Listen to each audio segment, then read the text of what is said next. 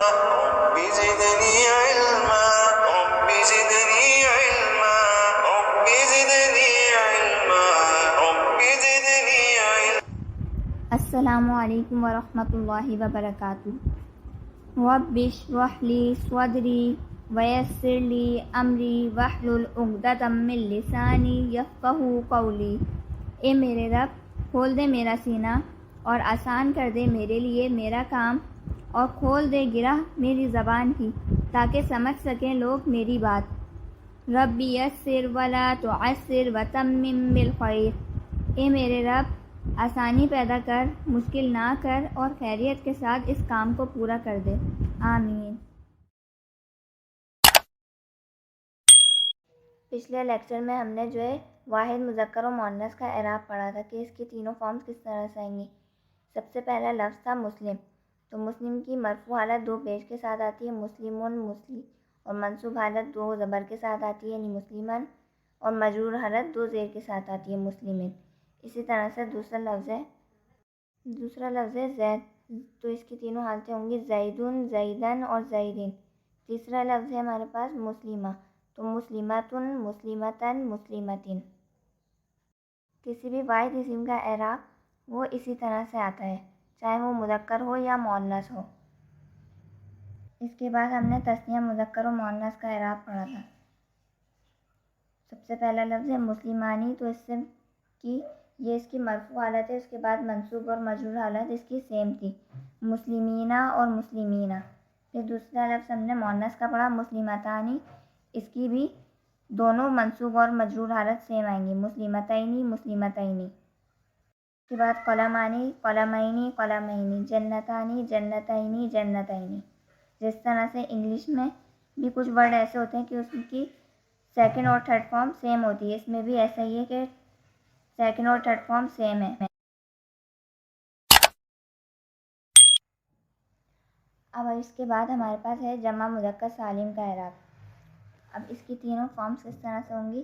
سب سے پہلا ہم نے جو بنایا تھا جمع سالم، وہ ہے مسلمون مرفوع ہے، یعنی ہم نے جو سیکھا تھا جمع سالم بنانا، ہم نے وہ مرفوع ہی سیکھا تھا۔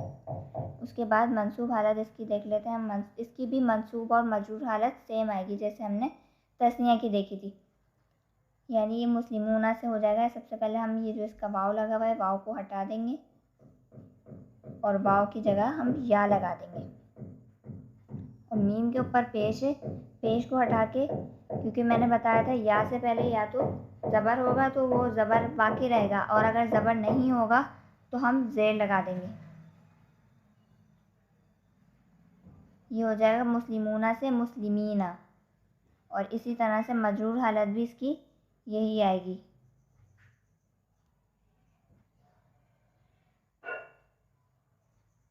مسلمونہ، مسلمینہ اور مسلمینہ۔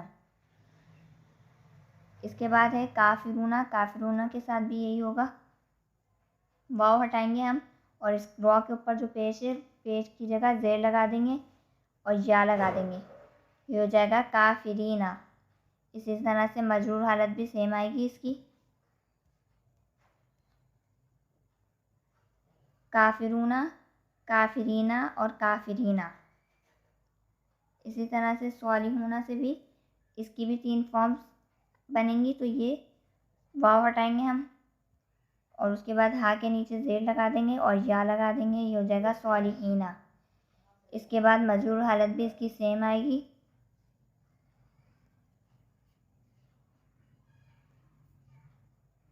صالحینہ، صالحونہ، صالحینہ اور صالحینہ۔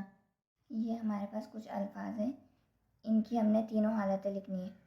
تو سب سے پہلا لفظ ہے رسولونہ، تو رسولونہ کی ہم نے تینوں حالتیں لکھنی ہیں، تو اس کی تینوں حالتیں کس طرح سے آئیں گی، رسولونہ، رسولینہ اور رسولینہ۔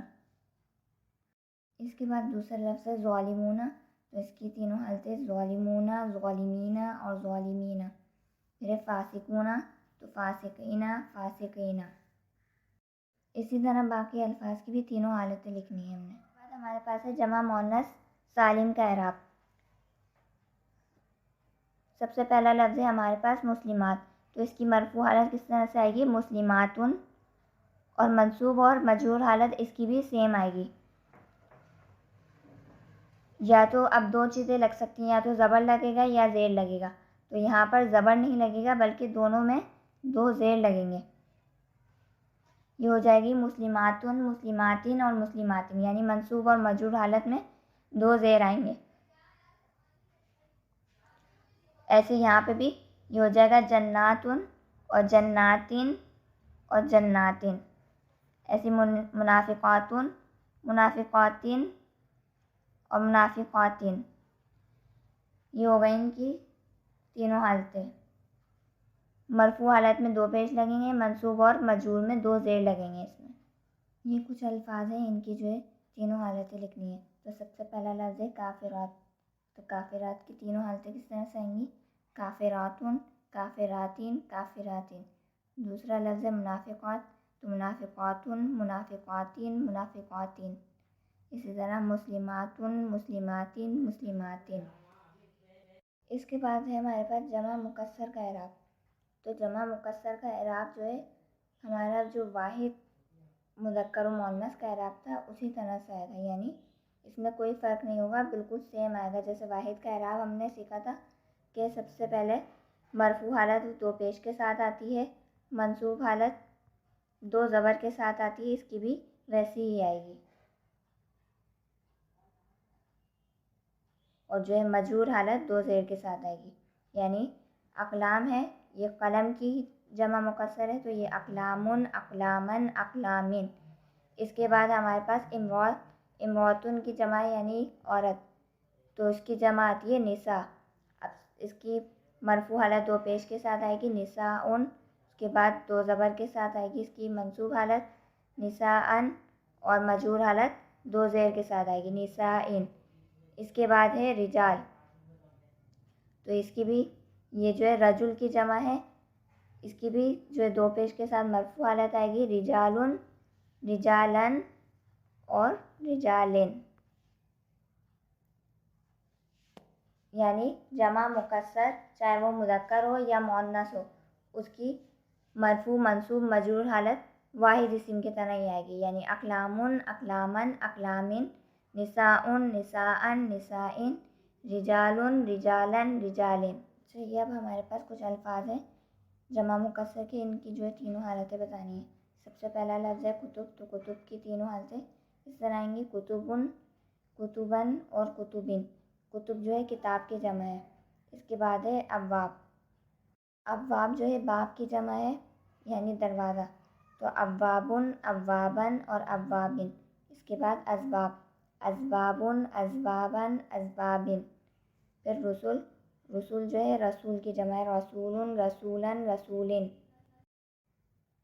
اسی طرح سے باقی الفاظ کی بھی تینوں حالتیں بتانی ہیں. اس کی پریکٹس آپ لوگ خود کریے گا. آگے ہم نیکسٹ ویڈیو میں پڑھیں گے. السلام علیکم ورحمۃ اللہ وبرکاتہ.